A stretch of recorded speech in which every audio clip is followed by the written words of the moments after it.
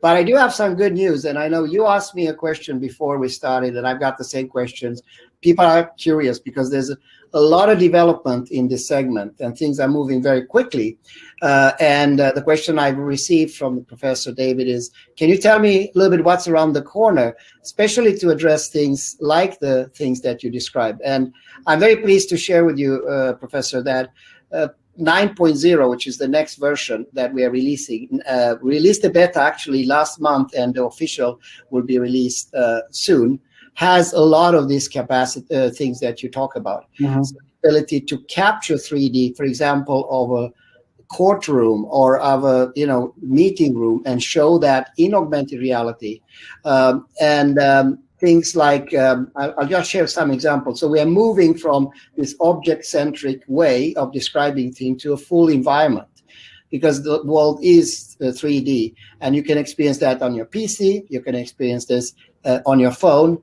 So here's an example. Me, yesterday I was in Bologna in a kitchen. No, I was in California, but I'm actually using LiDAR technology that E.ON supports. So you can see that this is not the real kitchen because I put transparency on, and now you see me like the Swedish chef there.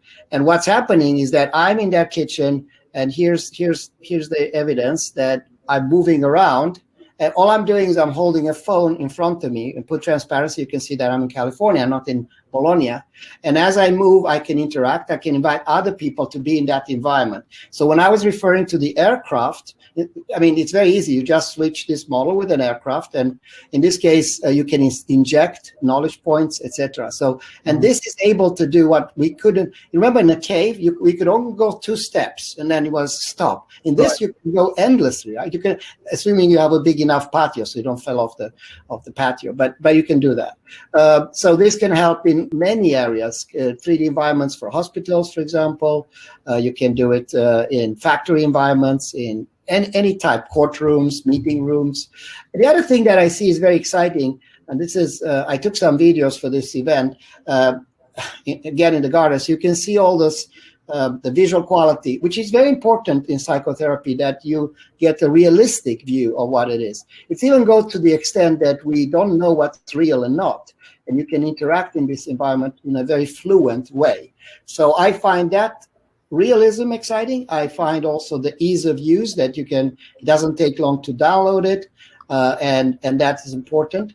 And finally, we are also releasing shadows. So we were doing a little competition to guess what's real and not. So we put 3 objects. So it's actually, if you keep them still, you don't know what's what. And to get to that level is, in my mind, the technology, and to do it on a normal device that you already have in your pocket, I think is quite helpful. So that's some of the things that we are doing. And the ability also, I'm thinking of psychotherapy, to be able to change environments on the fly. So go from a Roman temple to a futuristic environment, and really it's a click of a button to do it. It doesn't download. You can have them downloaded and this can also work with headsets and things like that. So, but also you talked about the curiosity. For me, the joy of learning is the joy of exploration. So the ability to look at whatever model it is and start to probe it, start to ask questions about it. So for example, in this particular case, I should have a video where I'm dissecting it. You can see in real time. So that's, I think, quite interesting. So there's many other things that you can do. One thing that may help the procedural part is the pre-recording that you were talking about, so the step-by-step, which is, I think, not only useful for TVET, but can also be utilized in mechanical engineering. My background being This aerospace. is Perseverance, or nicknamed Percy, which is a car-sized rover designed to explore Mars as part of NASA. This is one of my colleagues that is exploring, probing, and you do that in a group rather than doing it alone. So those are just some examples. I'm not going to bore you with all technology. One area that I was intrigued to hear your thoughts on is the 360, because the 360 provides that ultimate view of realism. It is real, right. Especially if it's 360 with stereoscopic, and now our platform supports both, which you can have hidden annotation, but you can also have bifurcation trees. You go from one event to the other. So that's an area that's easy to capture, etc. So that's one thing. So this is something we are coming out this month. Sorry.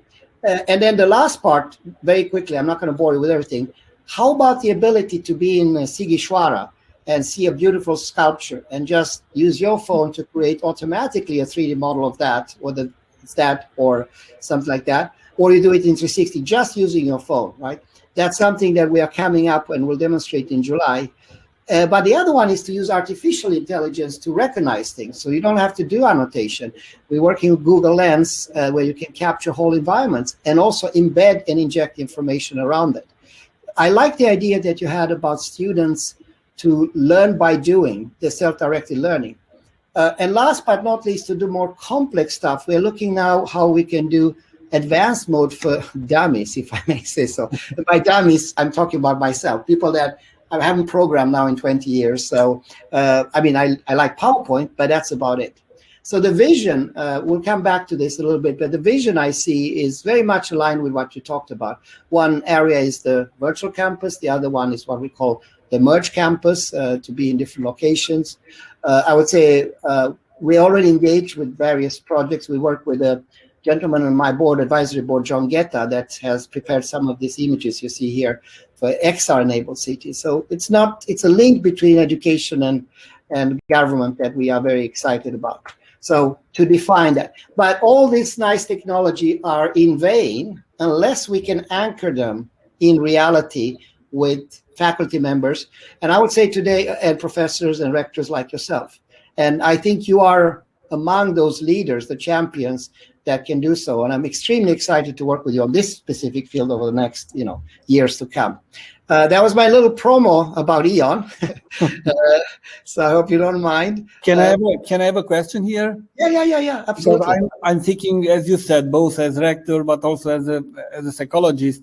You know that online therapy is a very powerful approach today. Can we integrate, let's say, the classical online systems by which I would say thousands of people or maybe hundreds of thousands in the world offer online therapy with some of these 3D developments? I mean, how complicated is that? It is extreme. As I said, let me be careful because I need to answer as an engineer. It is about 100 times easier than when we're trying to do this in an IQ, because all we need to do is to go through the curriculum to understand the bodies, the components required, and what interaction modalities you want to do. I would bet that 80 to 90% of the geometry is required, whether it's aircrafts, whatever context will be there. But the concrete suggestion I have, Professor, is if you can send to, or some of your colleagues send that to us, and we will look at it and promise to come back with you.